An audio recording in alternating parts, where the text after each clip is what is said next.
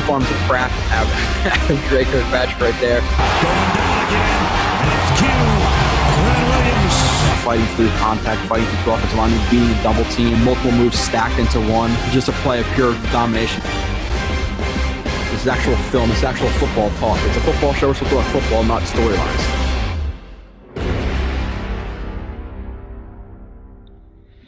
And you are listening to another edition, the 14th edition of Blewett Blitz, where, as you can see, we are joined by Marcus Coleman, who is actually he's in Antigua. He's checking out my wedding spot for me. That's where he's locked down. What's up, Marcus? What's up, man? Yeah, just out here doing a little recon. What's your trip? I'm glad he was able to fly his private jet over there and check out the location for me, see if it's holding up. Getting married there next May or next April. Actually, my fiance would punch me in the face for getting the month wrong. You better get that right. Yeah, I'll get it right. It's a lot of stuff going on. But today we have 21 plays of Mims. We did the first half I think 3-4 days ago, or I did the first half a couple days ago. It was 36 plays. Today we're doing 21 plays with Marcus. A lot of them coming from the Senior Bowl. Next show will be Ashton Davis. I'm putting up Ashton Davis on my Twitter right now, JoeRB31. And then we're doing Jabari Zuniga, the rusher from Florida. I don't have any all 22 of Zuniga, but I think edge rusher is probably the easiest position to evaluate from broadcast. So we'll see how that goes. I got like 3 or 4 games of him. The quick housekeeping. You can follow Marcus Coleman on Twitter as well. Patch MC42, if I'm not mistaken. Yep. YouTube, Blitz. We got another review from Snack63, 5-star rating, and he wrote a nice paragraph about the show, so I appreciate that. Other than that, Jets X Shop, McGovern t-shirt, Blitz t-shirt, Becton shirt, et cetera, et cetera, et cetera. And that's it. Marcus, before we get into the film, though, anything about the draft? I don't know if how long you watched. I know you definitely watched their first round, or at least a lot of it. Anything stand out about the draft for the Jets that you noticed from any of their picks, or maybe their first round pick, second round pick, third round pick, et cetera? I mean, not really. Tell you the truth, I thought it was a solid draft, but by Joe Douglas, silly truth. It was. It's different. It's always fascinating to me when you watch different GMs and you see their philosophy and you see how they're building a team and what the needs are. Based off of what the needs are of the team, and based off of who's on the board. And there's this, and I don't know if I all the way agree with it. You draft best player available regardless of position. When you're going through the draft, to me, I don't necessarily agree with that. Because there's some teams that need depth. There's some teams that you need, like the Jets. You need a solid right or left tackle. You may need a solid quarterback. So you can't always use that philosophy. And it was actually cool seeing Joe manipulate. Which is what he did. The draft. Use the picks wisely. I think the only thing that I would have done differently, and I think I said it on Twitter, is when they drafted Ashton, I would have just taken a pure corner. And I probably would have taken the corner from Mississippi State. I can't remember his name right now. Big kid, he's 6'2", 205. He went, I want to say, maybe 6 or 7 picks afterwards. Yeah. After the Jets pick. That would have been my thing, because honestly, just at the corner position, I think you have a lot of twos, like number 2s or number 3s at the corner position. You don't have that, one guy, like I know this is, kind of reaching, like a, Patrick Peterson. You don't have somebody just on one side, that can complement, someone on the other side. And, that can actually help your defense. So outside of that, I love the Becton pick. Everybody was going bonkers except for you and I. And I think I was, you didn't really say anything, but I think I was, kind of feeling what you were thinking. I'm like, that's the kind of dudes you need in the locker room right now, especially for the Jets. You don't have just that nasty, physical, big, spitting in your face, kind of old lineman, dude. And that's what the Jets need right now. That's why I was, I was hoping they picked him over Worth. I think Worth technically is better, obviously, but this is the dude that you need, and his upside is much bigger. So outside of it, I thought it was a great draft. Obviously, you pick up Mims, who we're talking about today. I'm surprised he did fall that low, but the draft started. Yeah, but the draft got a little quirky at the end, and I think it was I can't remember who was picking, but I think it was around like 6 or 7. And I shot out a tweet or whatever it is. I'm like, this pick is gonna screw everything up. depending on who it is. Because Yeah. that's just kind of how the draft works. But I think it was the Panthers. The Panthers taking I think it may Isaiah have been the Simmons was the Panthers. big thing. I Him think it may falling. have been the Panthers. Yeah, I'm like, this pick is gonna screw up everything Hmm. depending on who they pick. So I thought it was Douglas did a good job of mixing in, picking from both sides, and really adding some depth and adding some quality talent.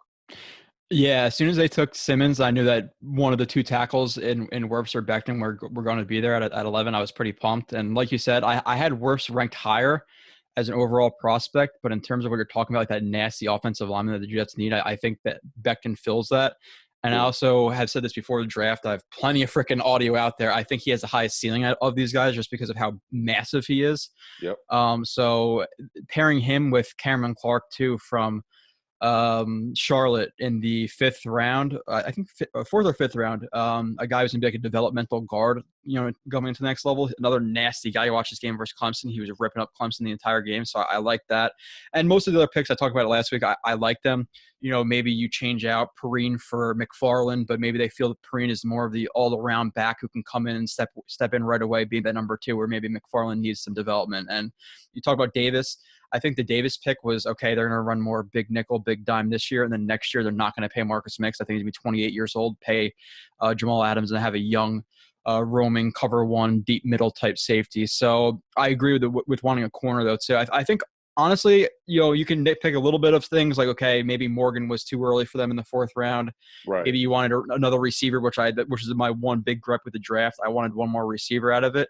But overall, a lot of pundits are really high in the Jets draft. I haven't seen one person really low on the Jets draft. Everybody who evaluates professionally is saying the Jets got a really good haul. So I was happy with it, minus maybe a tinkering of one thing here or maybe another there, but nothing big. I was pretty happy with it. And a lot of people, oh, well, why didn't you take Bond over Zuniga in the 4th round? Like, how many people really watched Bond or Zuniga or just looking up draft reports who don't even know what they're talking about? So I'm excited to get to some of those guys. And you don't know the roles they're trying to play. Zuniga's a guy who could play 4-eye, 5.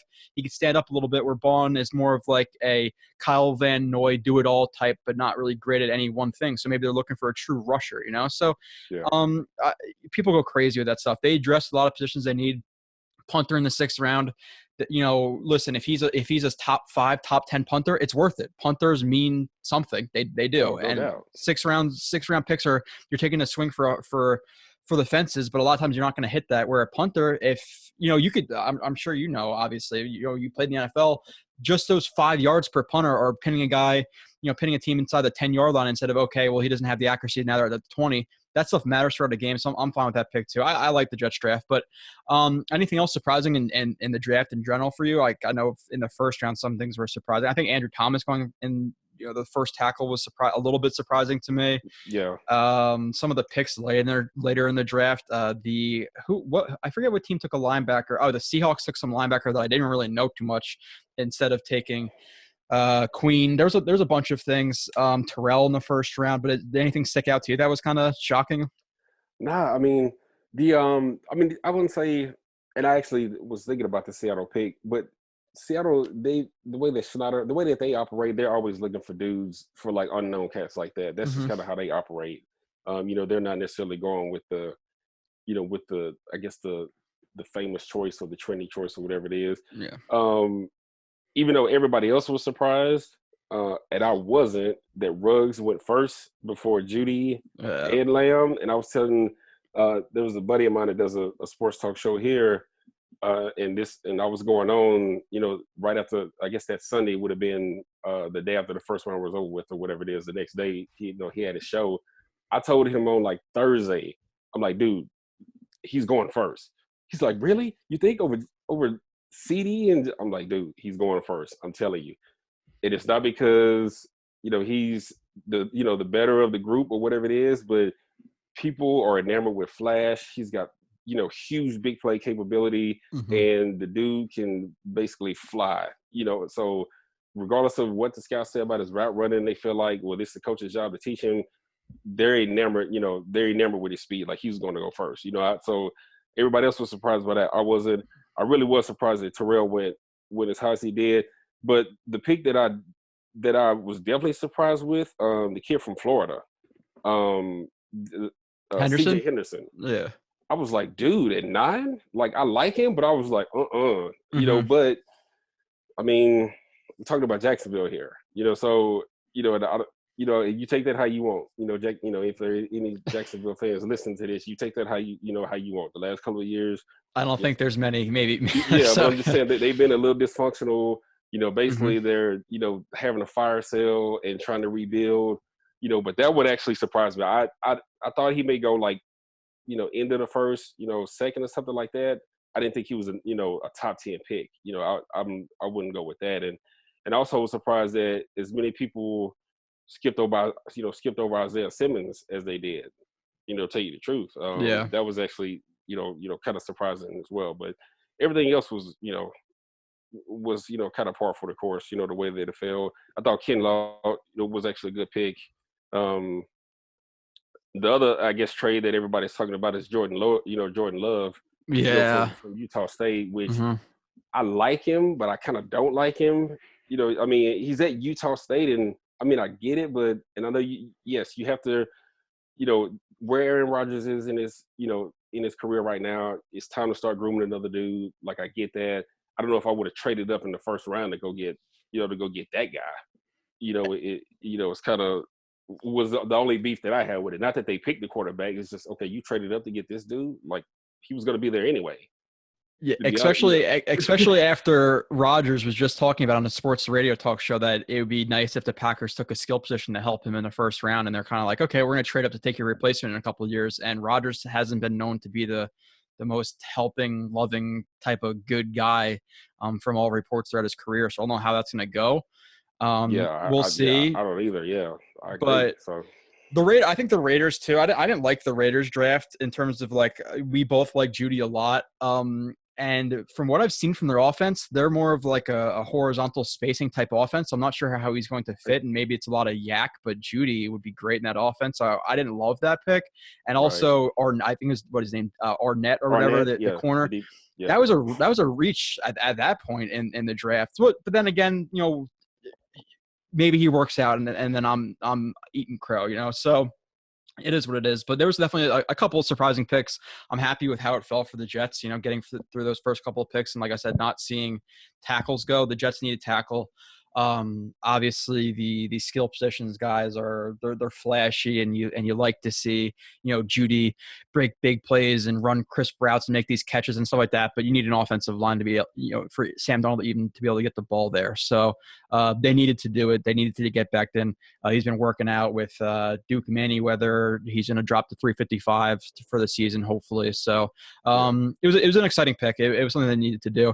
Other than that, though, before we get into the film, just want to ask you about the whole COVID-19 thing and how much do you think it kind of sets the rookies back and the guys who are even new to the team back to not be in the building, not be with their teammates, and then also with that, like part two of that question, what do you think is going to happen with the NFL season?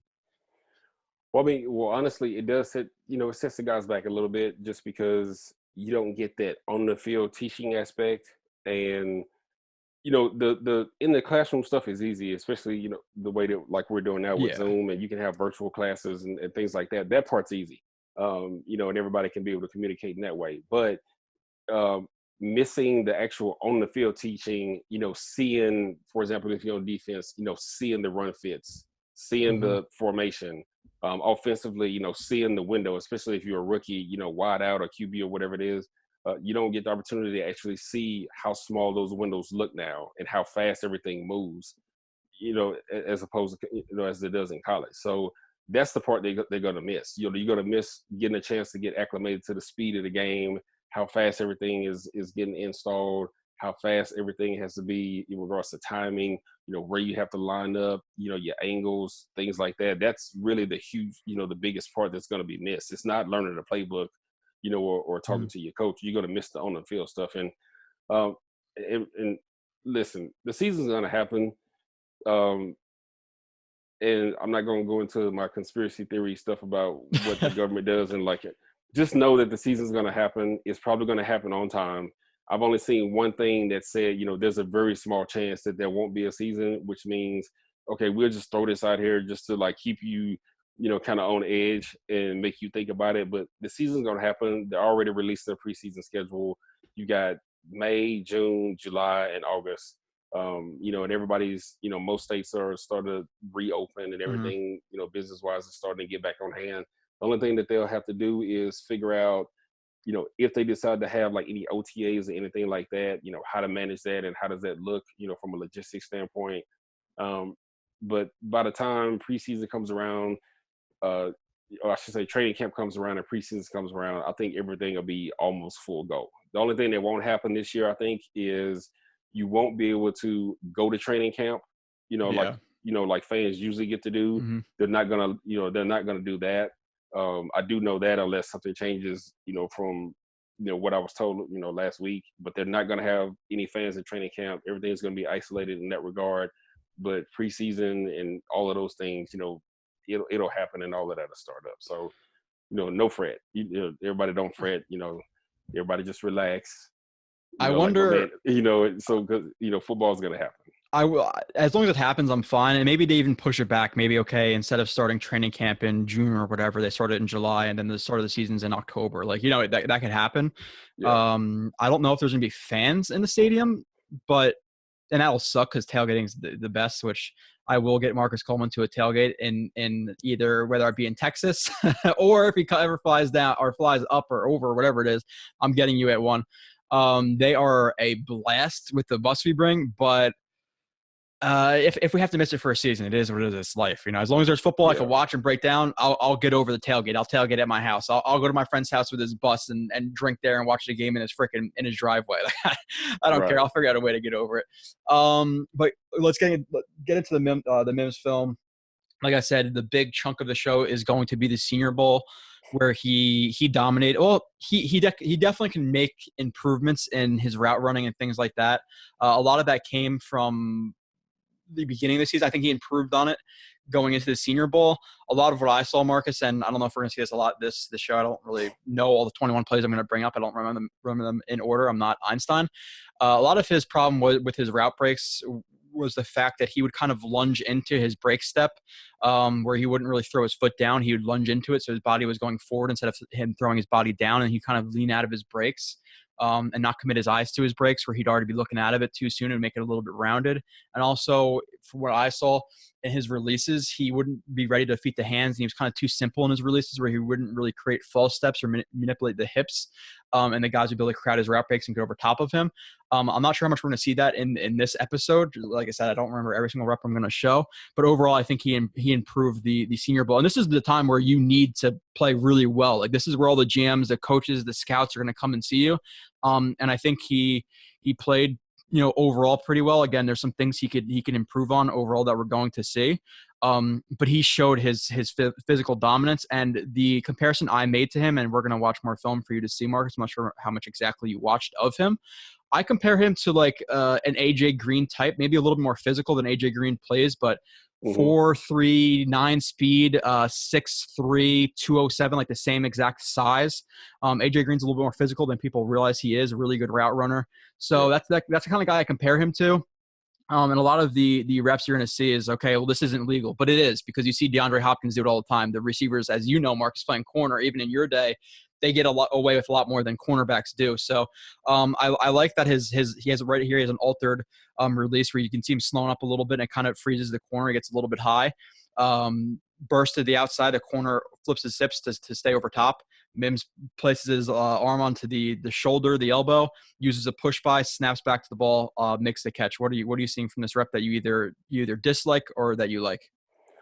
Well, no, I like the rep. I mean, based off of what a DB is lined up, like you said, he freezes him a little bit, at the line of scrimmage. The good thing is he's got room to work. So, based off his alignment, and based off of, where he's trying to go, he gives himself room. Obviously, his speed is a threat, right? So as a DB, if you're freezing or you're caught at the line of scrimmage, it's like, okay, I got to get on my horse, and try to get on top. So he uses that to his advantage. Now he widens out a little bit. Is able to use the quarterback's momentum, to swing back around and get back on the hitch or the smash, whatever you want to call it. So it's a good rep, and I've actually, watched him, because they show a lot of Baylor games down here, on TV. So I've seen him play a lot. Okay, cool. This is something that he does. He's been doing, good as most of his career at Baylor. just because he's such a threat vertically that if he's running any smash routes or comebacks or anything like that, if he's on balance, he's able to use either the DB's momentum or, use his physical attributes to snap out of routes. Yeah, he's physical. He's definitely physical. I want to see him be a little bit more nuanced with his releases at some points to not have to depend on that physicality. But listen, if he could develop into a better route runner, which I think is what he needs overall, the most overall work with, and his wide receiver coach is Sean Jefferson, who coached his son Van Jefferson at LSU to run really good routes. Obviously, that credit to LSU as well, but I'm sure Jefferson had a lot to do with his son running routes. And if you have a guy who's 4.38, who has the size, who can pluck any ball outside of his frame, like he has a ridiculous catch radius because he has 34-inch arms, which is what tackles want, at receiver. And he's physical, and he can run routes, and he has speed. He's a guy who I think he's going to need some work. He didn't see an extended route tree at Baylor.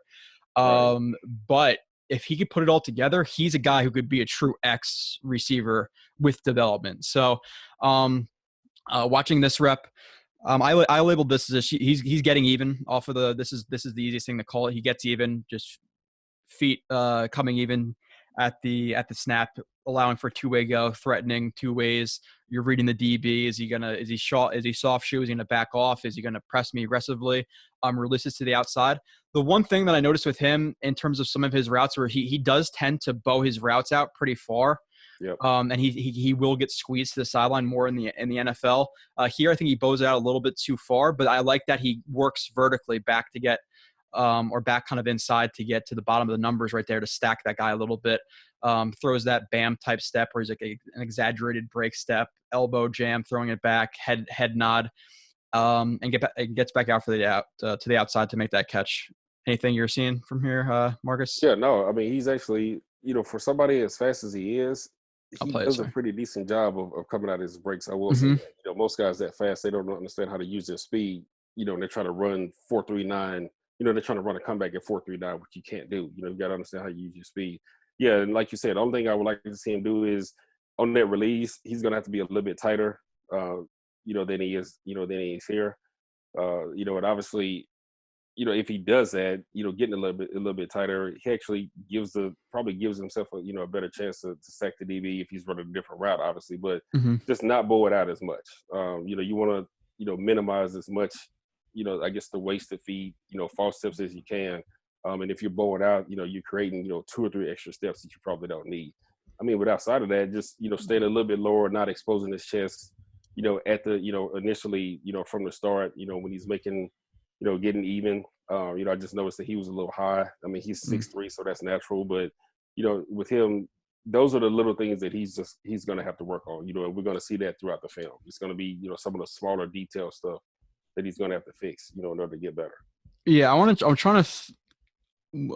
to find a play real quick because I wanted to bring up one of the examples I was talking about with him not really necessarily committing to his break, but so give me a second here.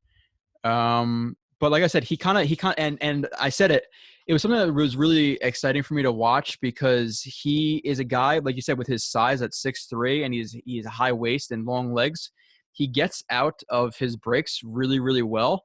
But he also has room for technical improvement. So there's guys who will run it with good technique, but who don't necessarily have the lower body power, et cetera, to be able to get out of the break well. Right. So he gets out of breaks well without necessarily good technique. And it's really, really interesting to watch. I believe this is an example of it. I just try to look it up. Like even here, like I think he's on the bottom. He gets out of his break like relatively fast, but some of the route running, you could see him like on this break step. He kind of lunges for it. Right. I don't know if you agree with me there, where he's not really throwing it to the ground. You can see him like leave his feet and jump forward instead of throw his body down. And his hips are kind of high, and you can see him. And this is just my opinion. Again, tell me if I'm wrong. He's leaning out of the break before he even really commits to it. So on the second step right there, you really want to see him, chest over the knees, looking down at that foot, but his eyes and his body are leaning out of it. And that's why it kind of takes him an extra, split second to get out of it. But right. I still think he gets out of that break with pretty good quickness and like a snap there for a bad overall in terms of like technicality. Do you agree with that? Yeah, no, I agree with that. I mean, he needs to have his hips a little bit more underneath him. Mhm. And for taller guys, especially when you come out of breaks, it's no different than, a defensive back if he's taller. You got to shorten your stride, a little bit. So basically you're taking, half Mhm. a step, is kind of what the gauge may be. That'll allow him to come out of the break because he's still running fast, but just shortening the stride, maybe a half a step, keeping his hips underneath him, keep him from lunging, into the break that he's trying to make, at this point. But I mean, even with that, he still doesn't, like I said, he still does a good job of getting in and out of his breaks, even with that long, Mhm. over exaggerated step. You want to make that, that step short as possible, hips underneath, if he works on that, Yeah. he's snapping out of breaks, faster than what he Quick. does now. Like it'll be Yeah. ridiculous. Yeah. And that's what I'm saying with a guy who's there's gonna be corners who he has like three things on him. If you can run routes, obviously you have an advantage over everybody. You have the size over a lot of guys, and you have that speed. He's a really interesting guy, and there's a reason he's my 5th overall receiver. And like I said, I showed my texting with my friends last show, and just how freaking excited we all were that he fell. I really did not expect him to even get out of the first round, but for him to last until pick, what was it, 50, 59 that he lasted to, I was shocked. So Joe Yeah. Douglas to trade down 11 spots, get an extra couple of picks in the draft. I might have already showed this play. Oh no, I didn't. Okay, so yeah, it was a really really good pick. Like the first 2 picks, he started off fantastically. Now I'm not as high on the Davis pick for the reasons that you said. And I think when I show his film the next show I do, he's definitely raw. He has a lot of things to work on, especially in man coverage. He's not really good at man coverage, but his technical Right. ability is really really nice. But I call this a shuffle release. He really just it's just working horizontally immediately, squaring a guy up. He wants to get outside leverage, so I call that a shuffle. Some people call it a dead leg too. If you're going to bring that, it's extending the one step. If you're going to bring the back foot up, and then you're Mhm. kind of just simultaneous movements or not simultaneous, continuous movements where this left foot is just going to stay up, or obviously right if the right foot's back, whatever. But just because he's working to the outside, I call it a shuffle. So shuffle release squares the guy up, gets outside. Again, bursts outside, dips that inside shoulder. I like the head nod at the top here. I like to see the corner play this a little bit better, but I like that Right. the Yeah. break right there. But what do you see here? I'll play this in full speed for you. I'm sorry. What do you But think about the yeah. release? What do you think about the break? I mean, I think the release is actually not bad, to tell you the Mm-hmm. truth. He's giving himself a little bit, a little bit of room establishing that outside, that outside leverage or whatever it is. Um, and like you said, obviously the corner doesn't, help himself out at all. But the fact that once he gets to the point where he's getting ready to break, on his end cut, he comes out of the break. I mean, he's gone immediately. Like it's boom, and he's gone. And even though, I mean, because technically, if you think about it, the corner, was using any kind of technique, even though he's beaten, he's actually in a perfect position to play this route, from the trail position. Yeah, yeah. If his eyes are right, which they aren't, if his eyes are down at his hips, and he's trying to play the route, he actually is playing this route good, but because the corner's eyes aren't right, he does a good job stacking them up. Like I said, once he comes out of that break, the break is flat and he explodes out of it, and he's gone. I mean, I actually, I like this route. Take advantage of the DB. If he's technically not right. So, but this shows you the burst. If you let it play full speed, this shows you the burst he has once he comes out of his route, even on this dig route. I mean, look at that. He's gone. I mean, Mm-hmm. he's already 2 or 3 steps ahead of the DB already. Like it's not even close. And this is just, like I said, this is just the tip of the iceberg for him. He's got so much potential. Once he gets better, at just little things like this, I mean, he could really be a phenomenal player. Yeah, and like I said, I like the release. I like the shuffle there to get outside. I like that he drops his hip at the top here.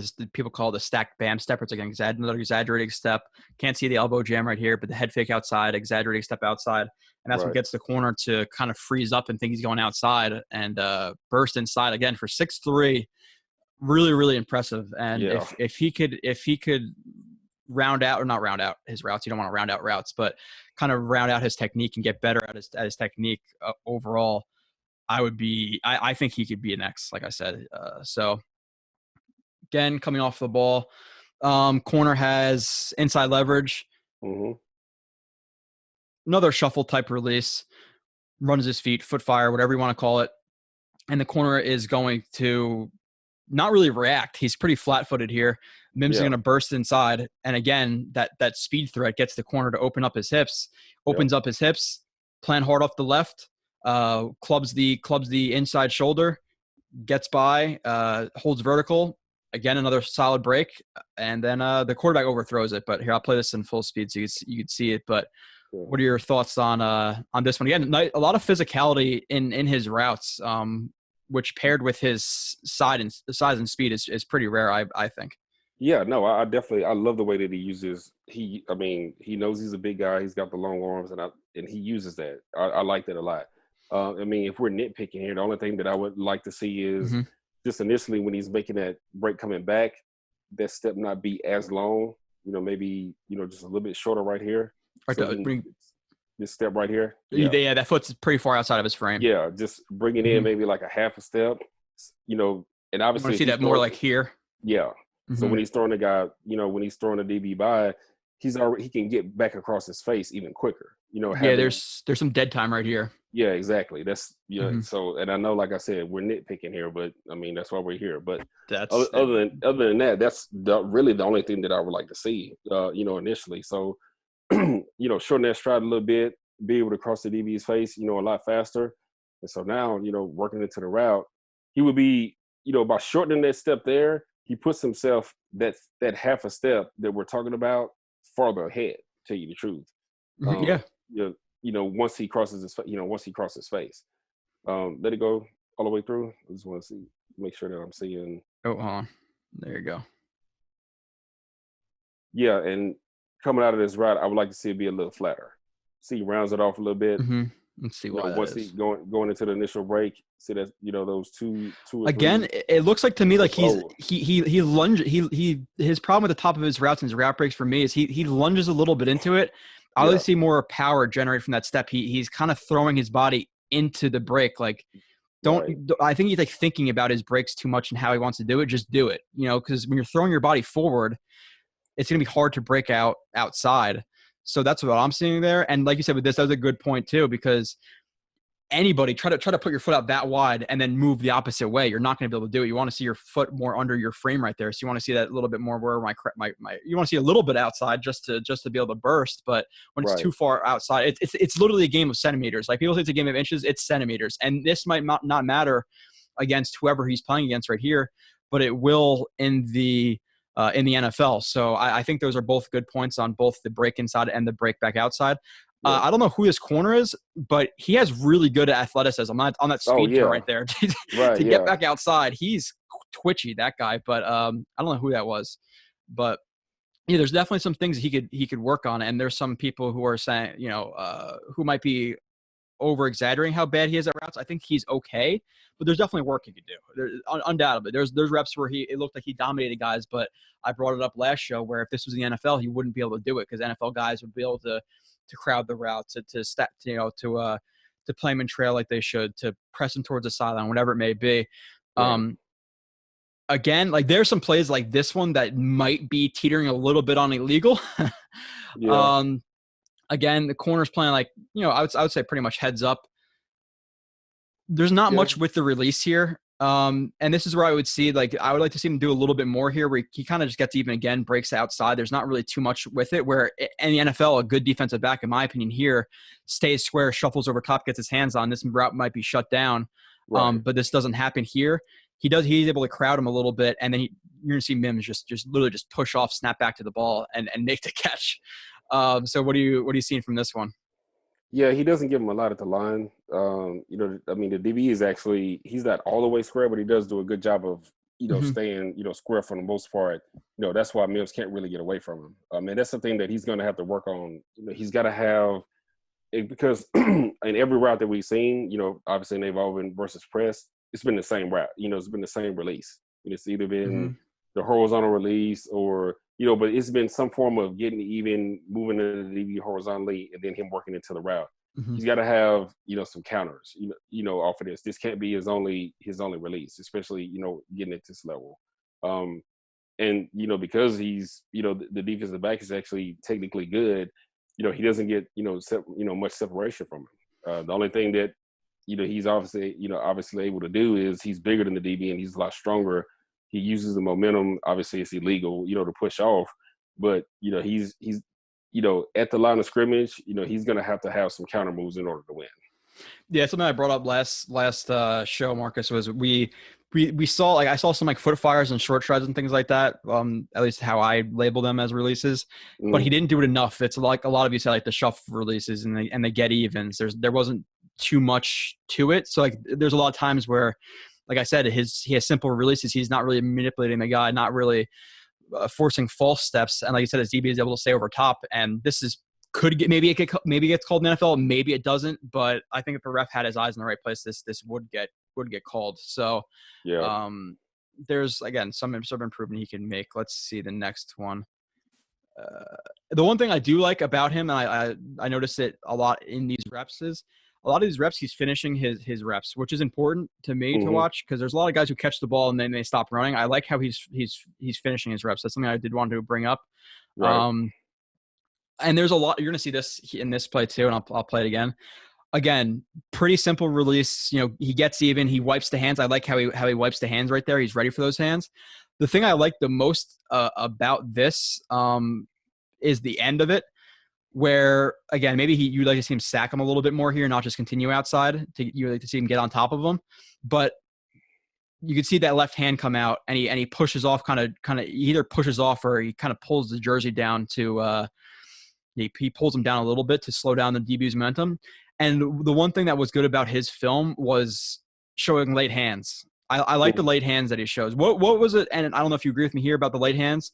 And I don't know if you have the same terminology as me, but just showing your hands late so the DB can't work through them. As a literally an ex-NFL DB, how much of a difference did it make when guys showed their hands late, where they weren't tracking the ball with their hands out, so you couldn't play through them? Like, does that make a big difference in the NFL, or am I maybe overstating that a little bit? It makes a huge difference because, and there's two things. One, if you're running, with your hands out, you're actually losing speed while you're running. Yep. The second thing is the more you can, the later you can show your hands, obviously the later the DB reacts. Because if you're showing hands late and the ball's already getting ready to drop in, you're never going to get there. It's just impossible, especially if he's not, especially with his back turned and he's not looking. It's just impossible. And DBs that like to play that trail technique, I didn't particularly play it like that because I just didn't like that. Having to react and stick your hand in the in the receiver's catching rated catching area, or playing the hands. There's no way you're going to get there if you show late hands, which is what I do love about that. The only thing that I would say is just be careful with the jersey grab right here, pushing back. That'll probably get called. It may not. Just depends on the week, the way that they call pass interference now these days. But just be careful with that. And obviously, if he just keeps running, he doesn't need to do that because he's already ahead. So just stack him and keep running. It's the quarterback's job to get the ball out. That won't be on him. So, outside of just maybe that one little thing, I would say, I think it's a good route, to tell you the truth. Yeah, if anything, honestly, this is probably a little bit it looks like he gears down a little bit. It's probably a little bit underthrown. So that's why he has to do that a little bit. But like you said, it's going to be one of those things where he might get called for 5-6 offensive pass interferences a year. He has to work on it a little bit. But yeah, though, I like the late hand stand. Something I noted because, DBs are trained, okay, if you're beat, work through the hands. If you can't work through the hands, at least stick your arm through where they're going to bring the ball back. So they try to bring it back. They can. It's harder to catch, et cetera. So the late hands was something I noticed a lot in his film that I definitely do like about his game. We're going to see another push by on this rep, similar to what we've seen a lot. I think I labeled. I forget if this was like another like get even. And again, it's what he does. He really likes that, like that get even shuffle release where he's going. I call this more of a shuffle, working immediately horizontally, squaring the guy up, reading his leverage, reading what he's going to do, et cetera.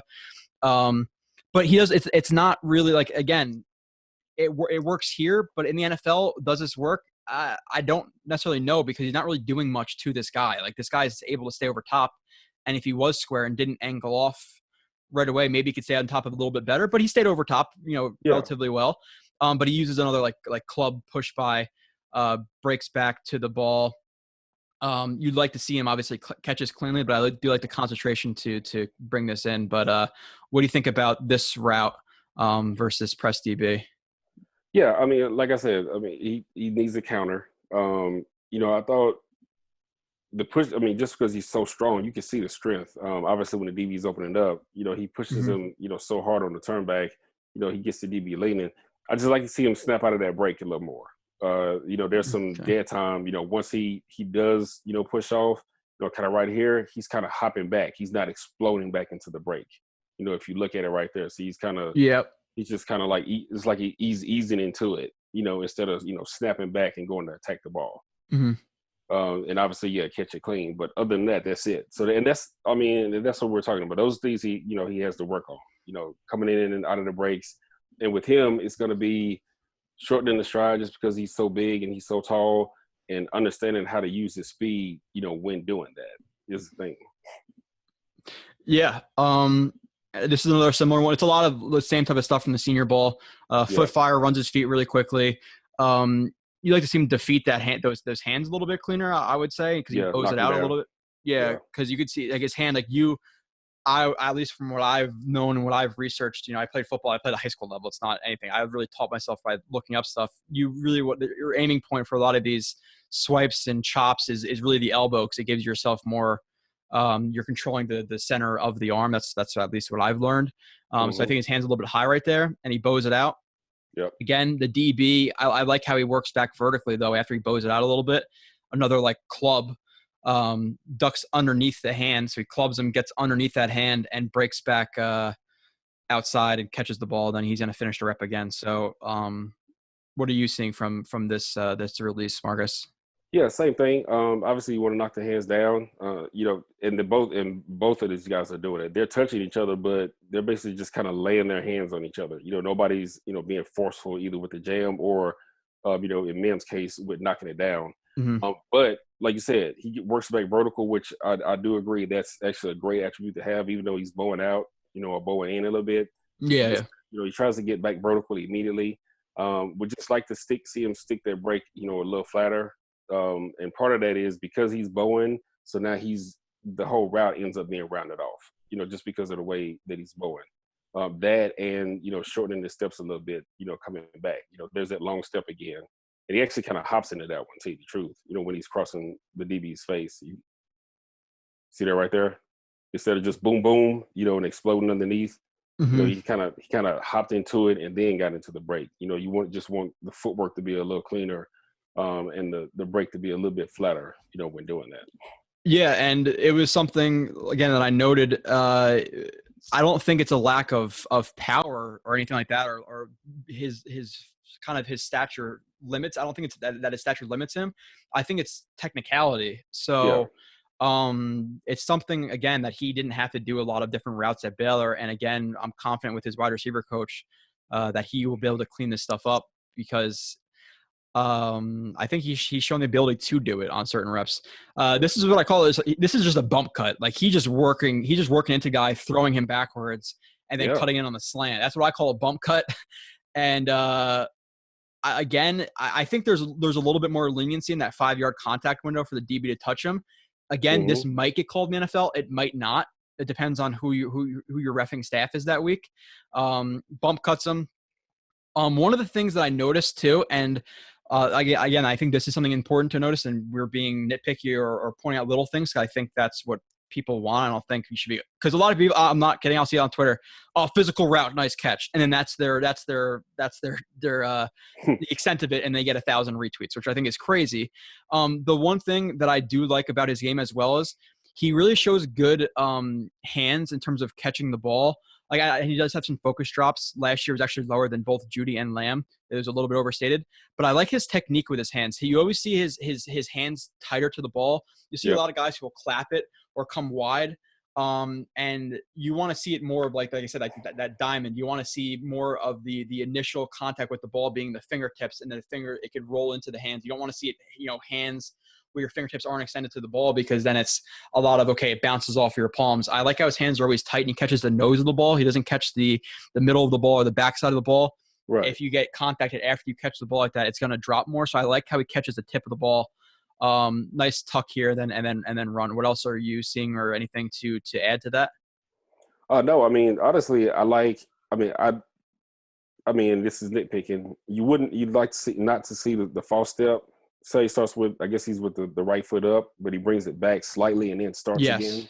Yeah. Okay, so you kind of want to take that away, but I like the counter. Like, okay, you think I'm going, doing my normal release, then boom, I use my ability and my his wingspan, get into the DB's chest, push him away, and finish the route. I mean, I like that. And he needs to implement that a lot more. Use that counter, especially as big as he is.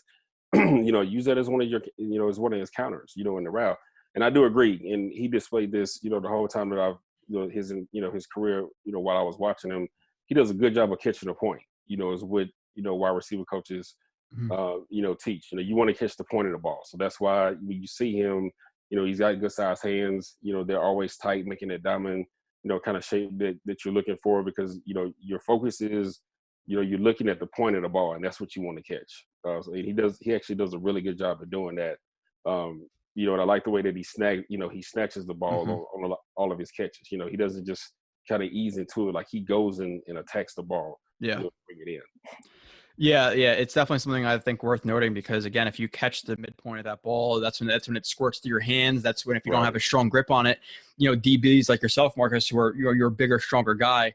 And if you hit him when he's catching that ball, if he's catching the midpoint of the back of the ball, he's not going to be able to bring it in. At least as consistently as you want to see. Okay, hold on. I have the window a little bit over. So another similar release, shuffle release right here. Works immediately to the outside, squares up the guy. He's threatening two ways. I've said it plenty of times. Reading the guy and how he's playing the corner. Gets to the outside. Again, he does bow it out pretty far. Not as bad, this one. And again, another push by. That's really, and that field goal post is in the way for a lot of it. Right. But this is where you see that strength again at the top of that route, where you're just throwing the guy by, and the DB is literally sliding to his ass because of how strong Mims is. Mims comes back to the ball. At least it seems like it. Again, I can't see, but it looks like he does, and he finishes the reps. So pretty similar to the last couple plays we've seen. Right. Yeah. And like I said, this is something he's done his entire career. And as you brought up earlier, his draft tree wasn't, that expanded at Baylor. If he himself, just in the position that he played, he probably ran four routes, to tell you the truth, slant, probably some deep overs. Obviously he ran go routes, things like that. But, his route tree isn't that expanded. So honestly, the 4 or 5 routes that he's been running, even in the film that we've been seeing, he's good at that because he's had so much work in it, because that's all he does. So now it'll be up to him to learn running curls, stutter goes, digs, things like that, shallow. I mean, obviously they run shallow drags at Baylor because everybody runs mesh. So that stuff he's good at, but just some of the curl routes, things like that is what he's going to have to really work at getting good at. Yeah. And he was, and it's kind of an interesting projection for him, because he has some not trouble getting off a press. Like I said, he needs to be more ready to defeat the hands and be more kind of not decisive. Like, he has to manipulate more of the DB.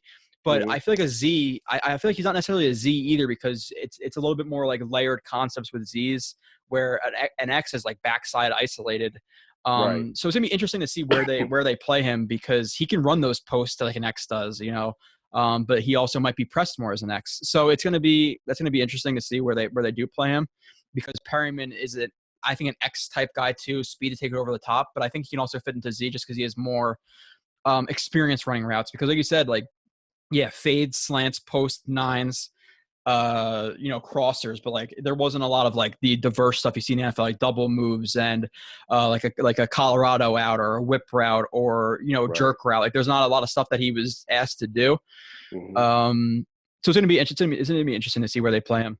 Again, this is another subtle push off at the end here on this route, Marcus. And again, it's pretty similar. Shuffle release, gets to the outside.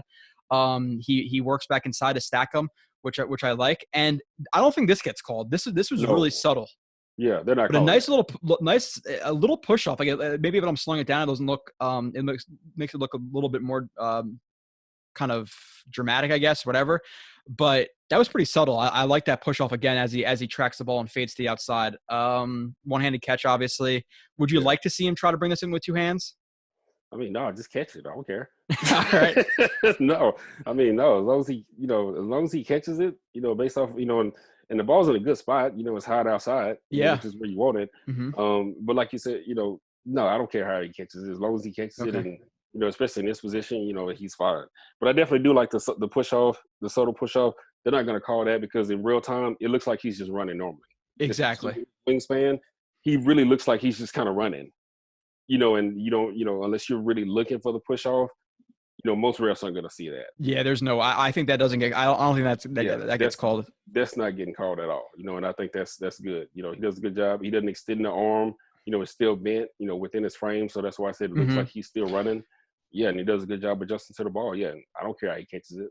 So toes, feet. I don't care. I told you 20. I'm gonna sneak in another play here because I want to see what you thought about this. And it's. I think we talked about this before. Maybe wide receiver blocking. Mm-hmm. It makes a difference to me when I watch this on film because I think guys who are not going to block I think people who do block show the dedication to the team. They show that they're tough. They're not showing that they're soft, and it makes a difference. Okay, if obviously the running back's going to break to you, you're blocking this guy.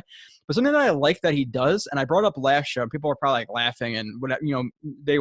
I don't know that, but the thing that I like that he does with his blocking is he really pulls his pelvis into guys, and he gets his arms inside and he pulls you towards him. And I don't know and I want to see if you agree with me.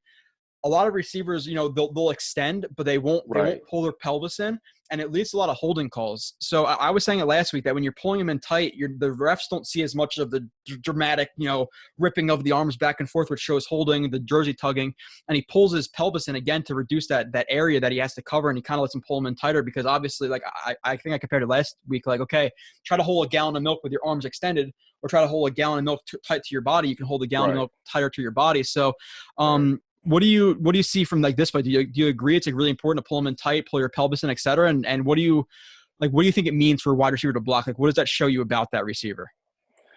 Well, I mean, honestly, just and I'll answer the second question first. To me, when I see wide receiver block, a wide receiver blocking, obviously it shows commitment to not just your game, but the success, of the offense, overall.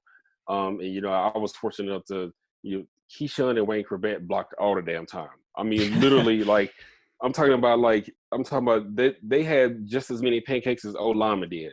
And they were serious about blocking. It wasn't just, okay, let me get in front of you. They were really trying to, really trying to take your soul when they blocked you. It was, and it's cool to see that, and here's the thing that a lot of people don't think about. And Q used to do this a lot more than Keyshawn did. When you are known as a good blocker and you can give the appearance that you're coming to block me, that's another counter move for you running routes now. And Q used to be really good at that. So, we get a couple of running plays and Q be, getting to the guy's chest, and then Q would come off with kind of a similar move, like he's coming to block the guy. The guy's getting ready to prepare for a block, and then Q takes off, and he's gone on a pass play. It actually adds another element to the route running. But it shows that toughness. It shows that you're dedicated and committed to team success. And the reason why you want to get in, and it's no different than the O-lineman, the reason why you want to get inside the defensive back's chest and kind of pull them to them. So now you have the control. You can establish the position. You basically can work the DB whichever way you want to. So now, and just like in the clip, I know you already clicked off of it. Yeah. He literally was taking the DB anywhere he wanted to. He drove him all the way out of bounds. Yeah, and that's what I'm saying. He has control, and especially with his size, going against some of the smaller DBs, he's going to wear them out every single time. Yeah, I think you make a great – and I like how you worded it too, because I literally said that last week, and I've said it multiple times. It shows me dedication to the team. It does. There's a lot of guys who don't like to block, and they're, my block, I just have to get in front of you. That's my assignment for this play.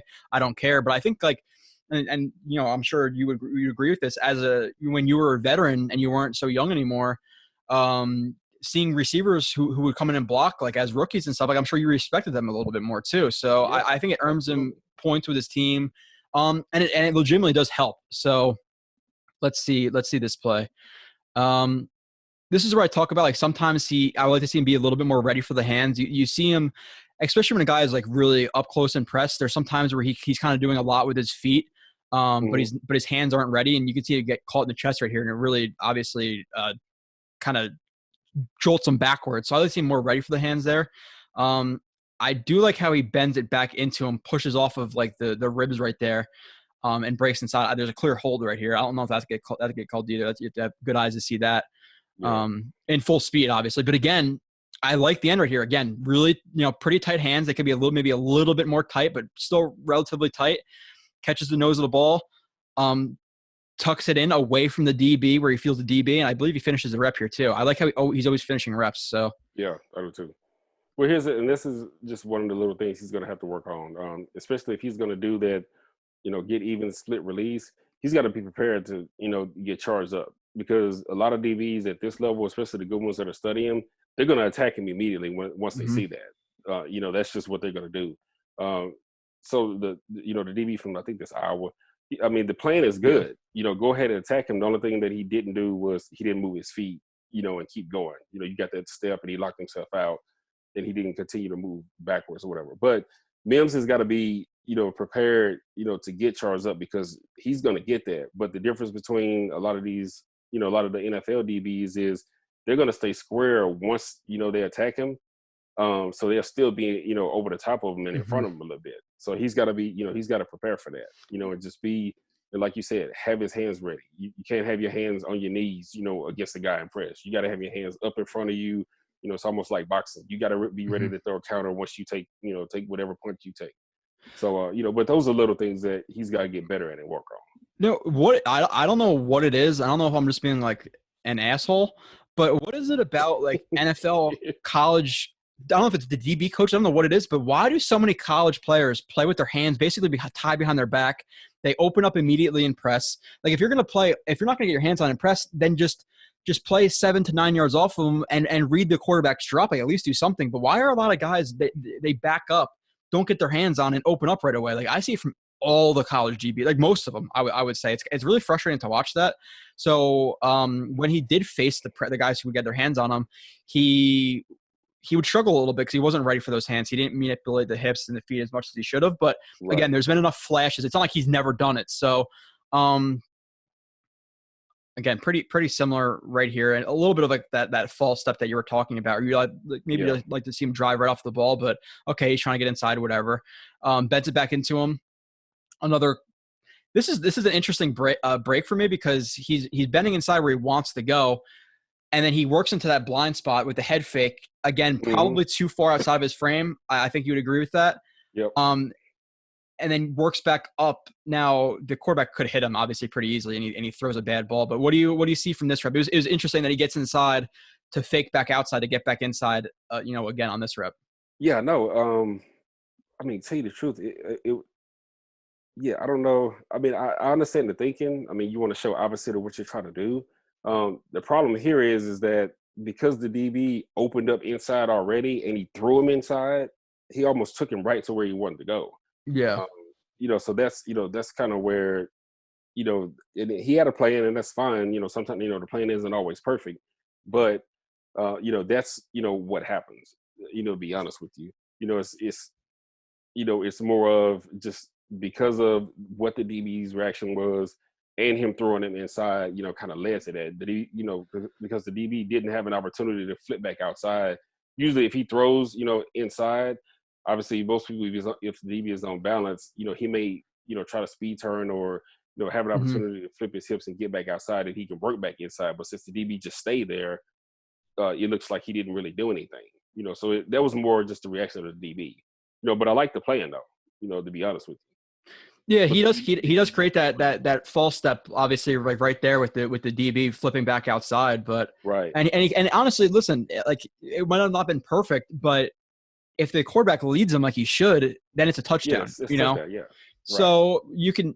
The only reason I nitpick, and people say, I've seen stuff like a lot of people appreciate the reviews, but you're nitpicky. It's because in the NFL, all of that matters. It really does. So. It's things to look at. So here he goes with the stretch release right here, which is you can call it a get even too, but when they're just going to bring that outside foot, stretch him outside and then come inside, that's what I call a stretch release. So stretch release, defeats the hands. Again, another little subtle. So he defeats the hands, and you can see the left hand come back again to wipe out that hand. So I like that. I definitely like the hand fighting right there. Yeah. Wiping that out. Again, extension to the ball, brings it in. DB, I don't know if when you were watching this or if you were scouting or a coach, I want to see the DB finish this. I don't like how he gives up right there. Oh, yeah. No, you got to finish this. At least go in and try to punch the ball out. Exactly. So what are you seeing from this? The only thing I would say, while he's hand fighting is just more of, instead of hand fighting and swiping sideways, Down. Coming over the top. So like right here, boom. So over the top, he really, if he comes over the top here and gets the DB's hands off, it's definitely over at this point. And he can actually get more vertical if he does that, as opposed to having to go sideways another 2 or 3 steps, and obviously, and then work his way in. If he works on, coming over the top more when he's swiping, during the hand fighting, I think that'll help. And it turns into a natural running motion. That's why, obviously, when you see a lot of guys and they're swiping and they're running and they swipe over the top, because it puts you right back in, basically in the holder. It puts your elbow right back in the shoot. Because of a natural, a natural motion. Yeah, and you're throwing the DB's momentum down too if you're chopping down, so it's gonna be harder for him to recover. Again, with this step too, I didn't mention it first. A little bit too far outside of his frame. You can almost see it with his ankle, where like a flexible ankle, but his shoe is down while his ankle is kind of bending into it. That's not the best in terms of creating power out of that when you're it looks like you almost broke your ankle, kind of, basically to say it in simple terms. So a little bit too far outside of his frame. Only got a couple plays left. We're on play 51 of 57. So let's run through these. I think this is the last play of actually it might not be the last play. This is a fade. All right. So let's watch that release again. Again, he uses these a lot. These I wouldn't really call this a shuffle or a dead leg because his feet are even, but it's more like a get even. He just hops towards them. He's eating up ground, assessing the DB, breaks outside.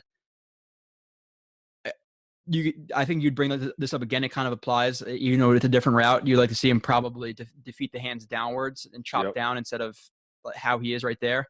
Right. But he tracks the ball again. And this is where you see that those four, and he's not even actually is fully extended here. This is where 34-inch arms help. Not a lot of guys can do that. A lot of guys don't have this body. And there was plays that I showed even better in this earlier in the season, Marcus. I'm sure you played it. You've seen it, watching a lot of Baylor. His body control and his ability to pluck balls outside of his frame is ridiculous. And 34-inch arms is a really big advantage for both getting off a press, catching balls, being able to box guys out. It's really, really, nice to see that trait with him. But what do you think overall about this fade? Yeah, overall, I mean, the only one thing I would say is just chopping down. But outside of that, I mean, this is what he's done most of his career. I think he's going to help Sam Darnold out a lot in the red zone. Yeah. I mean, especially on these kind of throws, back shoulders, and now when you have a guy like this, and we're talking about fade, we're talking specifically about fades now. Now you have, I mean, you really have about 4 options now. So you have regular fade over the top. You've got this where it's high into the pylon where he can go get it. You've got regular back shoulder, and then you've got back shoulder where Sam will put the ball maybe a full yard out of bounds, and he can because his arms are long enough where he can go get it. So you really expanded. That was going pretty far out of bounds here based on the trajectory. I mean, that one's going pretty far out of bounds. I mean, that's literally that's probably going to land where the ref is if the ball. But and I'm talking about more back shoulder, immediate back shoulder. I mean, you can probably throw it a full yard or so out of bounds now, and he can go get it. So you've given yourself 3 more different options. 3 extra options of where you can put the ball. In regards to just on fades, and that's just one aspect of it. Yeah, I don't think, again, route running needs work, but I'm excited. I'm really excited he fell to 59 for the Jets. So here, and something I really liked, I don't know if I'm going to bring this play up later, but I showed it in a different play. I forget what play it was, but he used it. This is what I call the dead leg, bringing that front foot up. And then he's just going to, for movements after, just stay with his feet as they are instead of obviously bringing up that left foot after the right foot. So dead leg release. He again squares he gets outside leverage, squares the guy up, defeats the inside arm. Again, we'd like to see it a little bit cleaner because it does land in his chest right here, and you can see it screws him up a little bit. So a little bit cleaner right there, chopped down like you've been mentioning. But he gets open on that slant. Obviously, this guy is in the throwing window, so he doesn't throw it. The linebacker, whatever zone he may be playing. So what are you seeing from me? I like the release. I like the dead leg to get him to open up a little bit. You can see him not fully open his hips, but he starts to angle his hips off to the outside. But I like to see the hands defeat. I'm sure you're going to bring that up. It's something you've brought up a couple times. Yeah, obviously like to see the hand defeat a little bit more over the top. The only thing I would say here is right here, the good DBs in the NFL, he's going to get punched. Like right there. There's going to be more. There. He's going to get punched. Somebody's going to, like if you're he does open his chest up. Yeah, he's opening his chest up. So especially if you're playing the good ones, if you're playing like the Petersons or AJ Bouyes or, even, Sherman or. Well, look at the guys in the Jets division. Tre'Davious White. Yeah, Tre'Davious White. Yeah. Gilmore, Yeah, Gilmore, like he's going to get punched. Well, now we have you have Byron Jones too, and who's the Dolphins' other corner? Xavier Howard. Yeah, they just have good corners. Yeah, so in a division. Yeah, so he's gonna get. That's the only thing that I would say is staying a little bit lower when he's doing that, because if not, he's gonna get punched, and especially with some of the bigger ones like Byron, Xavier Howard. Tre'Davious is a little white. White is a little smaller. Tre'Davious is a little white. Yeah, I meant to say he's a little light, but he's smaller, so he may be able to get away with that. But when you face some of the bigger corners, and they get into his chest, it that's gonna cause a problem. And I brought it up too, and people were like, "Oh, well, you're saying he can't be an X." I think he could definitely be an X, but he needs to work the hips and the feet more of the DB, and he needs to defeat the hands. So people are like, "No, he didn't struggle with press at all." You're clearly seeing, Marcus, that he did it at times. He struggled with certain aspects of press. Right. So the thing I did like, and again, I don't know if I brought this up coming after this, but he did the same exact thing later in the game where he shows his dead leg, and the corner really fights to stay inside again, and he releases to the outside and gets I believe it's a touchdown off of it. So I like that he's already understanding the chess game. Right. Like you said, with wide receiver blocking, guys, maybe get into their heels a little bit, expecting the block, and then they cut inside, whatever it may be. So he just shows the understanding of that a little bit. Play 53. I guess I labeled it as another dead leg. So let's see. He's on the bottom of the screen, obviously highlighted. This is clearly from YouTube. Okay, so this is pretty similar. It is not exactly the play I was talking about before, but another dead leg. Yeah. DB's fighting to stay inside. Yeah. And he releases vertically. And honestly, I watched it back. I remember when I was in this review. This is the same DB that he just beat inside. Right. So this is the example I was talking about. So another dead leg, he fights to stay inside, and he takes the open hip. And again, if the DB's going to open a gate like that, he makes it easy for him. Like, and if you look at it compared to some of the guys, at the Senior Bowl, as compared to this, you see he's not necessarily bowing out as much because the DB's already opened the gate. So now he's just mirroring and letting him run. And I don't, especially Texas, they've got guys that can run, but when you just open the gate and you're moving backwards and you're letting a guy that's just as fast or faster than you, they're gonna take that hip all day. Oh yeah, you're gonna take that all day, yeah. And so now you're playing catch up. Again, does a good job snagging the ball out of the air. I really love that about him. Like, and again, I didn't even notice this the first time. That little subtle push off again. He's really good with little subtle hand movements and hands. That was great. The body control, the tracking of this ball. He collapsed it a little bit, but he still catches it. Like, he did his job. You're not gonna be able to catch it with perfect technique every single time, but I didn't even notice that the first time. I don't know, but that little push off right there is really, really nice. Again, it's really because it doesn't look like he does anything really, but it does, But it does, yeah. Right there, you see that little that inch in the NFL means so damn much. Yep. So great play. He's exciting. So I think 3 plays left. Let's see play 54. Oh, sorry, we have 4 plays left. Play 54. Let's see what this one is. He's to the right side of the screen right here. I said shuffle release again. Let's see what it is. Okay. Ooh, yep. Yep. He widened him. Took that inside. Yep. And these hands again, like so. And I want to talk. When I replay, I want you to talk about the release a little bit too. But the DB is really he's trying to chop those arms down. He's trying to defeat his arms to not let him bring that the ball. I like how he's able to tuck this into himself and catch that ball. It's not an easy catch when a guy's going to chop down your arm No, like that. not at all. So it shows me No, some but hand strength. yeah, that just shows you how strong he is. It just shows you how the hand strength. And when you're snagging the ball out of there like that and you're attacking it, most, especially a lot of the receivers that have strong hands like this, they do that naturally. That's why for him, it just looks effortless when he does it. Like he naturally attacks the ball, and his hands and everything are so strong. It's able for him to bring balls like this and be able to withstand the pressure from the DB coming over the top trying to knock it out. Yeah, and if he didn't catch the tip of this ball, again, he catches the tip of it. If this was the midpoint of the ball or the back end of the ball, he probably is not able to bring this in. So, Right. another thing that he does too is I like when when he catches balls, he's quick to tuck it into himself. Yeah. He doesn't. He really works on that a lot. Yeah. With the release, pretty nice with that shuffle release to widen him out and take the inside, I think. Yeah, he does a good job. Yeah, and I don't know if the DB is supposed to be holding the outside leverage because he looks like he's head up. You can't really tell what he's playing, but yeah, DB doesn't do. He doesn't put any hands on him or anything. But Again, does a good job attacking him. 70% of college DBs should just play with their hands tied behind their backs. Apparently, during their first phase of press, because I don't get why that happens all the time. They just do not want to punch guys. Nope, they don't. I see it like it's crazy. Especially like I was watching Judy film. Like, there's no chance. You don't have a chance if you're gonna play press on him and not get your hands on. They're Right.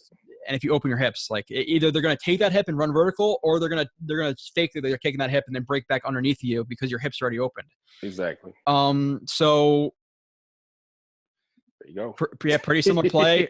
Shuffle release, like shuffle release foot fire, gets outside, but he really fires those feet. Pumps those arms, gets inside. The quarterback doesn't see him, but he's obviously open right here. So yeah, and one thing that that I have seen throughout this film is when he is, especially the film that you've shown of the actual games, go back and watch. As soon as the DB's hips slightly turn, he's making his move, back across right now. Mm-hmm. And look where his head is. He's looking at the DB's hips. So he's making his move. As soon as the DB slightly cocks, as soon as you get that tilt, boom, foot in the ground, he's gone now because he knows that he has him locked out already. Yeah, and this is the thing that, again, I'm not saying he can't beat press because he shows it, but if he refines it more, I think he could be a legit receiver. Like the thing, and I don't know if you agree with me on this. I'm curious. I think in terms of what he's shown on film, I think he could, and again, this could be a complete reach. I think he could be the best receiver in the class. Like there's plenty of DBs, receivers who are drafted in the second round, Michael Thomas and all that, who are the best receivers in the NFL. Now, I think Judy is the best receiver, clearly, to me. But Judy I don't think he's ever going to be that Julio Jones, Odell Beckham type guy because I just don't think he has the size to do it. Or like Odell is not the biggest guy, but he's just ridiculous in terms of his athleticism. Like Judy's a good athlete, but not Odell Beckham. In terms of being like the legit true number one, like he looks like a guy who could be a AJ Green legit top 5, top 10 type receiver, where I think Judy could be too, but he's more of like a Stephon Diggs, Keenan Allen type guy to me. Do you agree with that? Like if he reaches his ceiling, Mims, that he could be a top notch type receiver like that? Yeah, no, I think he can. Honestly, just with his frame even now, and obviously he's raw. And he's nowhere near the level that this kid is, but like Mike Williams in San Diego. That's kind of who he looks like. And he runs a lot faster than Mike Williams too. Yeah, he's faster than Mike Williams. Now, obviously, Mike Williams is an excellent route runner. If you've seen some of his routes, they're like ridiculous. Yeah. But he has the ability to be a top 5 receiver. Just physically, with his athleticism, if he refines, his tools, footwork, hands, things like that, he could be a top 5. And honestly, for him, just because of his size and the way that the way his game is kind of shaping out, he probably needs to go watch, like Larry Fitzgerald film. He needs, they're similar size. Obviously he's faster than Fitzgerald. Larry's, a 4.4 guy, obviously this dude's a 4.3, but he needs to go watch somebody like Larry, where the body, from an anatomical, spot perspective, they're the same. Long arms, big body. Obviously, speed, he's going to have to work with that, understand how to use that. But that's probably who he needs to watch, and knowing how to attack receivers off press, using his hands, flattening out routes, the angles, things like that. That's what I would have him watch. Excuse me. Yeah. I'd have him watch a 50-year-old, somebody like that. Yeah, committing to his breaks. So again, he'll lean out of his breaks. His eyes will snap out early. Where that if you're taking like that second stop step on like a comeback, you really want to see those eyes attached to that last foot, that stop step, because then you're going to start to lean your body out. And if you're leaning your body out when your body's trying to break yourself, you're not throwing your full momentum into the ground, which you really need to do. You need to take advantage of that ground and slam your body into it. So again, watching guys like Larry Fitzgerald, having his wide receiver coach, who he is, his son was one of the best route runners in the entire nation, in Van Jefferson. So it's positive. But this is one of the most ridiculous catches I think he had. I think this is probably his number one ridiculous catch. Yeah. And he gets his foot in. I made sure. Now, is this a catch in the NFL? Maybe not, because I think that left foot or the right foot's out of bounds. Yeah. But the spring is ridiculous. That catch is absurd. Yeah, and but this is what I was talking about, when I was, giving examples of the fade route. You really give yourself like two more options, where you can put the ball, in regards to placement. You can put the ball anywhere with this kid. Like, you really can. Look where this ball is. This ball is, if they let this ball go, this ball is behind the bench. It's going, almost, if it stays on the trajectory, it's going behind all of those coaches in the front, second row or something like that. And the funny thing is, he could have caught it like you can't. It's out of the screen, because his arms, and he has that really it's like a secondary ability to not just extend, but then you kind of see him arch his back and he gets his arms up even higher. It's not just extending to the ball. He really is able to bring his arms up. He could catch balls so far outside of his frame. I'm sure if this ball was out of the screen right here, he probably catches this. Catch it, yeah. And look at that vertical in game with his legs straight is ridiculous. And then the body control and the awareness of the sideline to be able to look down at his feet now. It looks like he peeks at his feet and see the sideline and then get his foot in. That's one of the most ridiculous catches of the 2019 season, in my opinion. Yeah, easy. I can't see the route and how that all went, because again, it's broadcast, but just talking about the catch point, that is ridiculous. It's just back shoulder is all it is. So, but it's really a spectacular catch. And again, for somebody in college to have the body control that he does, and the awareness that he does of, what he can do and how to use his arms and using everything is really phenomenal. Especially for somebody, being a rookie, he's really more than halfway on his way. There's just some smaller things that he needs to refine. And he really could turn into a top 5 receiver. Dude, so like, why did he fall to 59? I don't get it. Watching his film, I don't understand how a guy who I think has all the tools, and again, we're critiquing some things in press. You're talking about, okay, his foot getting too wide, he can't break off of his hands, but those things are all really fixable.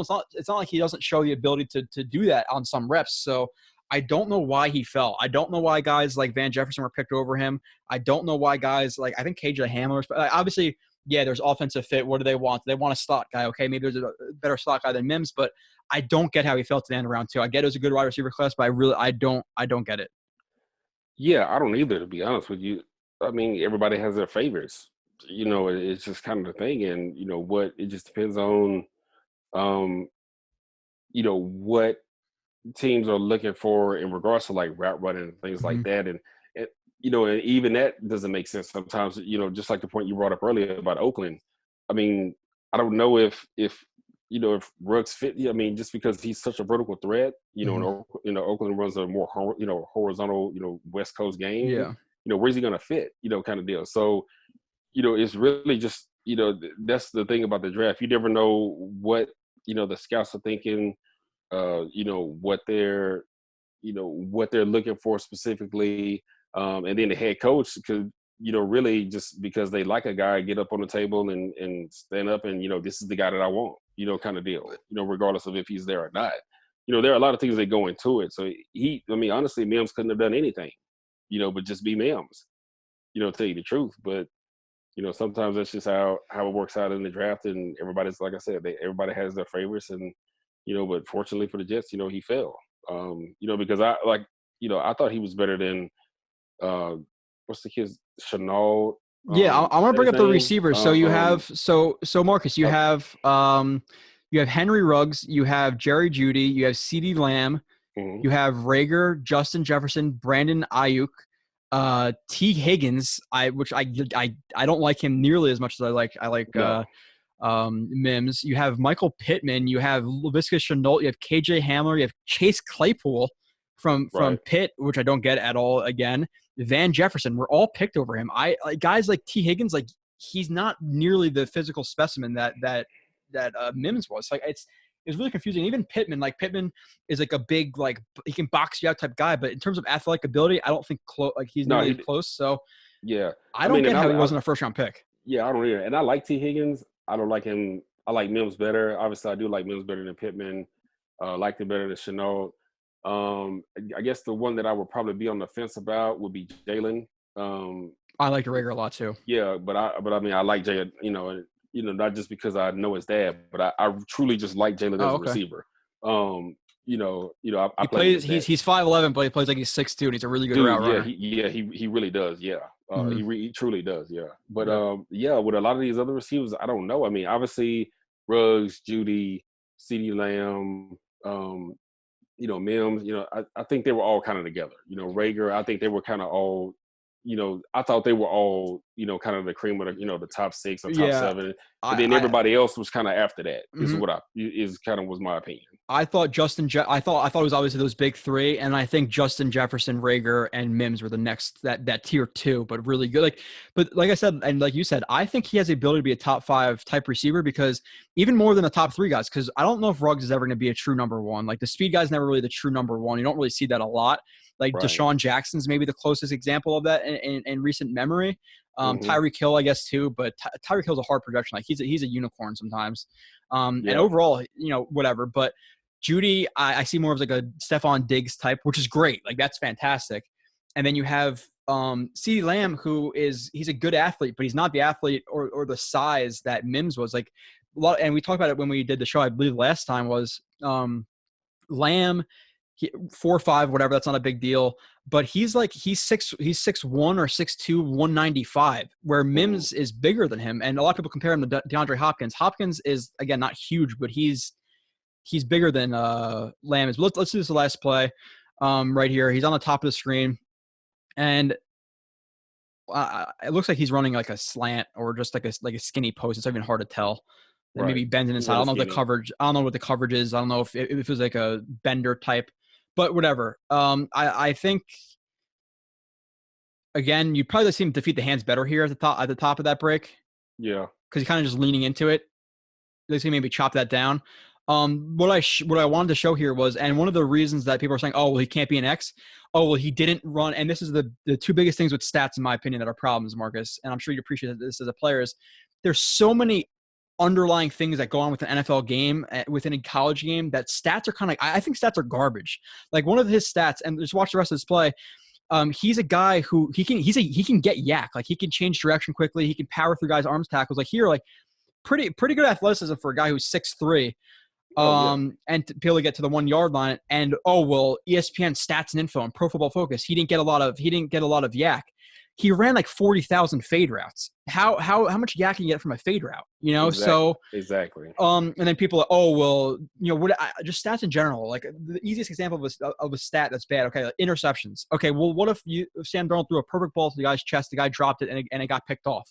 Like that's the simplest example. Okay, well, does Pro Football Focus rate that as a bad thing because it's an interception, or do they take it into context that it bounced off the receiver's chest, or what were his reads, or what was the defense, or was it a bender route and he continued vertical when he was supposed to break it inside on a post? It's like there's so many things that go into stats that the reason I don't really like them. No offense to Michael Nania, who's a great stats guy for our website, but do you think he has that yak ability? Like, watching these plays, watching him at Baylor, because I think he does. Maybe he's not, he's not a Brandon Ayuk, or maybe he's not a Henry Ruggs, but I think he's enough wiggle to get some yak in the NFL. I just think that him running verticals and fades a lot kind of prohibited him in terms of his numbers. Well, yeah, that's the simple answer. I mean, because that's exactly what it is. I mean, if you look at what he ran at Baylor, He ran mainly vertical routes with occasional slants. You may get Mhm. a smash right or whatever it is. Yeah. He doesn't have have the opportunity to get a lot of yak yards just But because even a of smash, like even a smasher, I call it a hitch.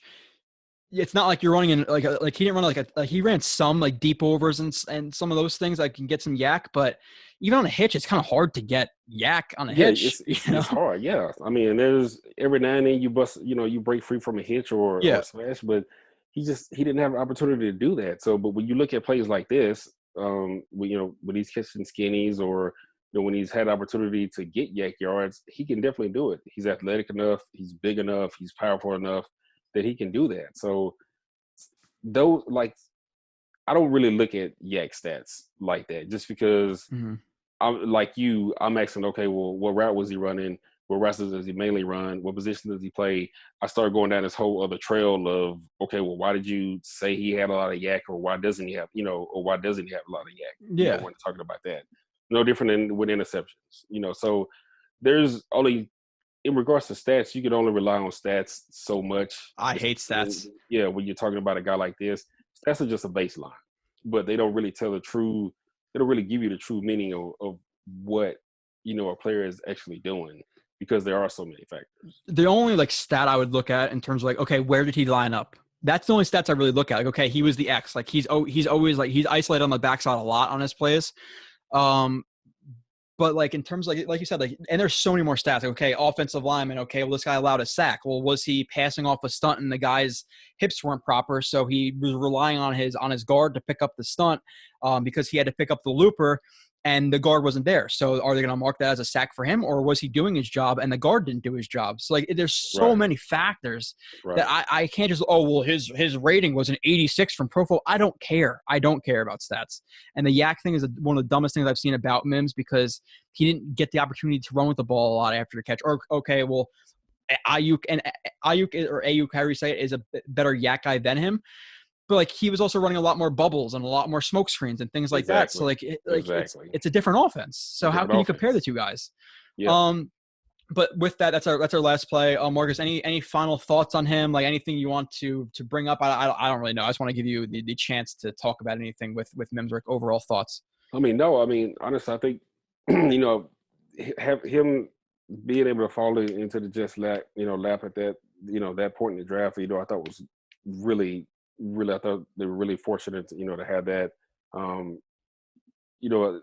Not knowing everything about the wide receiver coach and everybody at Baylor, but I know a lot of the things that he does have. Whether it be release, snatching the ball out of the air. Some things you just can't coach, like the athleticism. Just the physical play that he has. He's shown that he wants to be one of the better receivers. Not just in college, but in the NFL. You're going to get a guy that's going to work hard, and he has a chip on his shoulder because he thought he should have gone earlier, which you and I both agree he should have. Marcus, watch this real quick. Yeah, whatever the reason, this is what you're going to get. I mean, look at this. That's crazy. That's what I'm saying. Like, Donald's going to have a field day with this guy. I'm just telling you. Like, even on some of the errant throws Donald does have, he's going to make Donald look so much better. It's going to be unbelievable that you're not going to even, that you won't even know. So now you really added a playmaker, I think, to this offense. You've added somebody that can end up being your number one.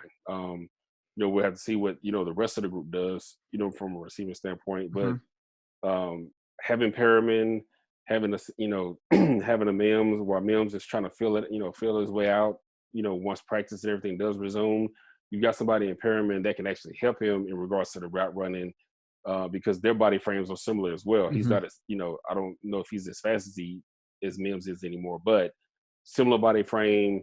He can school him up on the route running, and where to be, things like that. I think he end up being, really, I wouldn't be surprised if Mims becomes the number one guy, less than midway through the season, to be honest with you. I mean, he has that kind of ability. Now, overall, from the Jets last year, and there's still moves they can make, I would still like to see them add a depth receiver, like a number 4 type guy, because if Nunwa's there, fantastic. He's a great number 4 in my opinion, but he's been injured for 2 full years out of the last 3 years, so you can't rely on that. especially a guy Perez plays as physical. What do you think about like have the Jets helped Darnold out enough? Obviously, there's room for improvement. Like, yeah, next year maybe you see a new right tackle and a new right guard, but drafting 2 offensive linemen, getting maybe you'd like to see Robbie Anderson back, but you got Perriman. I think Crowder is a solid slot receiver, really good at running routes in the slot. He can give you some yak. You have Mims now. You brought in Becton. You brought in Connor McGovern, who I did the review on. I think he's a top 10-ish guard, maybe top or center, sorry, maybe like in that 10 to 12 range, but still upper echelon. You bring in some depth at guard. You have Bell. You drafted P. Ryan out of Florida, the running back. You have Herndon back for a second year. So, like, I in my opinion, they helped him out. I still think there's work to do, but I like that Joe Douglas really took a focus on this offense, drafted 2 guys early, and poured a lot of resources in free agency into the offensive line. Now, maybe they should have gotten Glasgow or Conklin, but he still signed 5 offensive linemen, 2 of them potentially being starters with the 11th pick overall. So, like, what do you think about Joe Douglas, and is he helping out Darnold, enough, or do you feel like there's maybe more he could do? I mean, really, at this point, I don't know. I mean, you may be able to add another wideout, but I think the depth, you take it back then, obviously, but before that, in free agency, adding some depth, across the offensive line. Have to see how the tight end position plays out, obviously. But, just as a receiving core, I think this is actually a pretty decent group. Perriman, Mims, Crowder. Hopefully, Nunwa comes back. If a Nunwa comes back and he's, up to full strength, now you've really got 4 solid dudes. Like even with Mims being a rookie, you've got 4 solid cats. Obviously, you got Le'Veon Bell who can do, everything. But I think Piron isn't that much different than Le'Veon. I think he has the ability, especially as a receiver coming out of the backfield, lining up in the slide, tough runs on the inside. Can stretch the field, whether it be on stretch, he can run in between the tackles. I think he does, all of those things as well. So I do think that, Douglas has helped out Sam a lot, to tell you the truth. There's now, the only thing you have to do is you got to put, everybody in the right spot now. The pieces, you got to put the pieces together. Who's going to be playing guard? Who's, obviously, Bacon's playing tackle. Who's going to be, the other tackle. That's the only thing that you got to do now. You got to put all the pieces into place and see how they mesh, and get the best 11 guys out there. But, there can't be nobody can say anything about Douglas not helping out Darnold now, because honestly, I think this year he did that, via free agency and in the draft. I think you add depth. The only thing that I would have liked to see, obviously, I know helping Sam was the priority. I would have liked to see a little bit more, on the other side, if possible. Whether it be in secondary or linebacker. What do you think about Logan Ryan? There's been rumors floating around about him potentially coming to the Jets as a corner from Tennessee, Patriots formerly. I thought he signed with He didn't sign with anybody. Oh, he hasn't? No. That must be another Logan there. No, I mean, I think that would be a good addition. Do I think? I don't know. I think he'd be slightly above what's already there, but I think he'd be pretty much he'd be the same.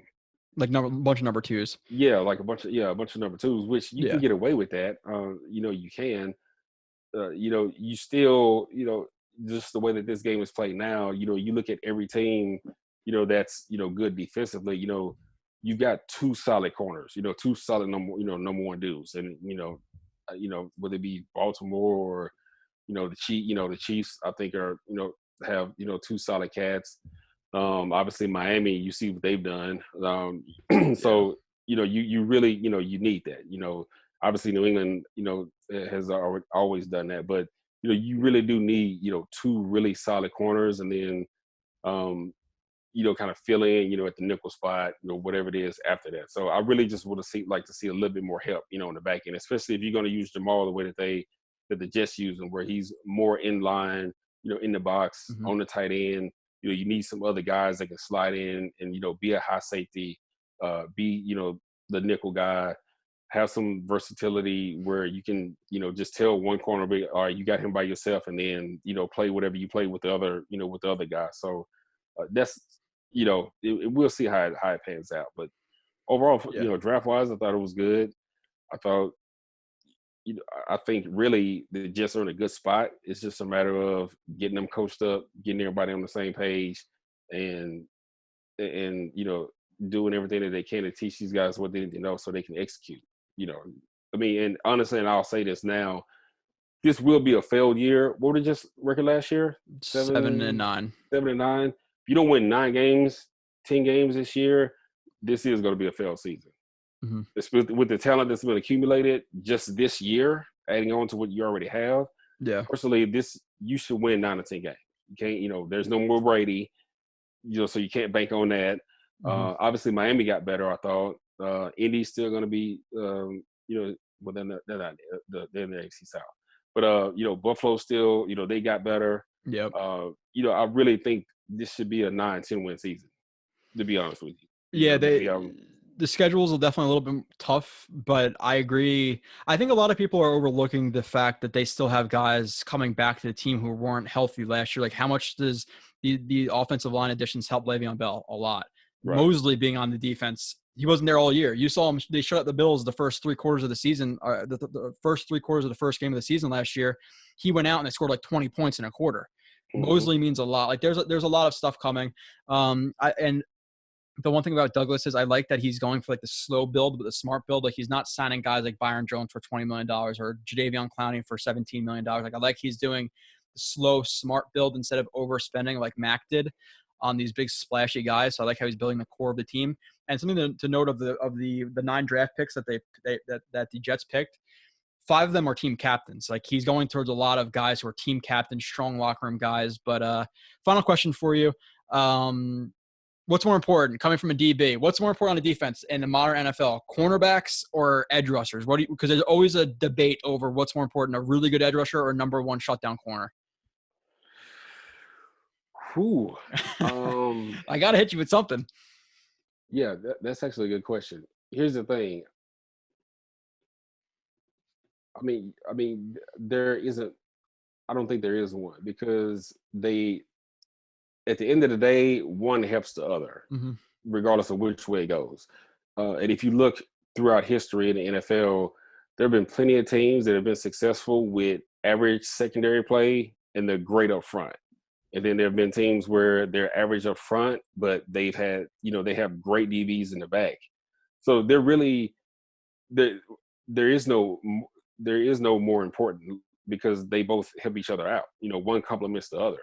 Obviously, if you got both, then like you're killing. Yeah, but if you build, and that's why you see some teams where they may pick up just a extra guy up front, whether it be for run or because he's an okay pass rusher. But in the secondary, they're 2 good corners, 2 good safeties, a good nickel, guys that can cover and do that. So I don't think there's a favorite. I think because they complement each other, one needs the other. So you can't have, you're not going to have a favorite in that position, in that spot. Even if you have a, which they just, had when they had, when Darrell was there, even if you have one guy that can just lock down one side, but everybody else in the secondary is average, and your front is average.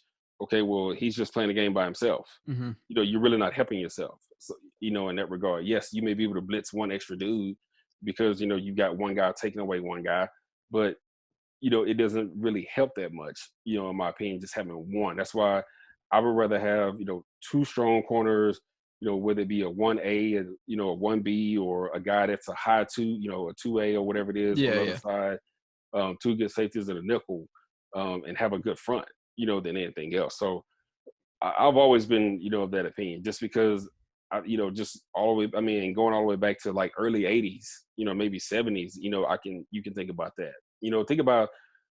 Think about Cleveland back in the day when they had, Frank Minifield, and I don't know why I'm going blank now. They literally had 2 number 1 corners and they were just like okay up front, but those 2 guys, their safeties were good. They were obviously more hitters and coverage guys. But when you got 2 guys like that and with an average front, it still gives you an advantage, in doing that because it gives you a little bit more time to get pressure on the quarterback, do different things up front. So that's why I think they complement each other. So there is no fragment. Yeah, when you have both, it's like the reason you saw the Broncos go to the Super Bowl and win. You have Von Miller and Talib and Chris Harris. Like that's Right, exactly. Yeah. So and Roby was the third. Yeah, Roby was the third. So when you got both.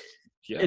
It's interesting for the Jets because just in terms of like their roster construction, they still need a lot of work to do. Like they've done good work in their foundation, but next few years to really get to that next level, they don't have that edge rusher. They don't have those corners. So I think it's gonna be a really big focus next year. Is off the same as this year. Offensive line, corners, edge rushers, and maybe a receiver or two, because like even their offensive line, like you have three pieces you hope are long term pieces with Becton, Clark at left guard if he develops, and then you have McGovern. But the right side, you don't have a right guard really, and the tackles you have Fant and Adoga, who are both relatively new to the position, so hopefully they can develop. But you still have two big question marks, maybe even 3 or 2.5. So it's gonna be interesting to see how they're constructed the next couple of years. But Marcus, we appreciate you coming on. Any final words, and then when's your next appearance? Man, I don't know. It's up to you. Shoot, just let me know when you want to break anybody else down, and should just make sure y'all stay safe out there. And I know everybody's opening up. Don't be so antsy to get outside and jump back in. Dude, this weekend was crazy in my town. Crazy. Yeah, no, it was like that here. I mean, everybody all of a sudden got the green light, and like everybody's on the road now. Just make sure you're careful. When you go out, we're starting. We're on the down. On the back end of this, so just make sure you still be cautious. When going out and doing those things, so we can completely get this over with. But looking forward to football. It'll be coming up. And excited about it. So. All right. Thank you everybody for listening. And we will be back in a couple of days doing another breakdown. And again, like Marcus said, stay safe. Don't be stupid, please. Cause it makes people like me, their job a lot harder. So be smart, please. No doubt.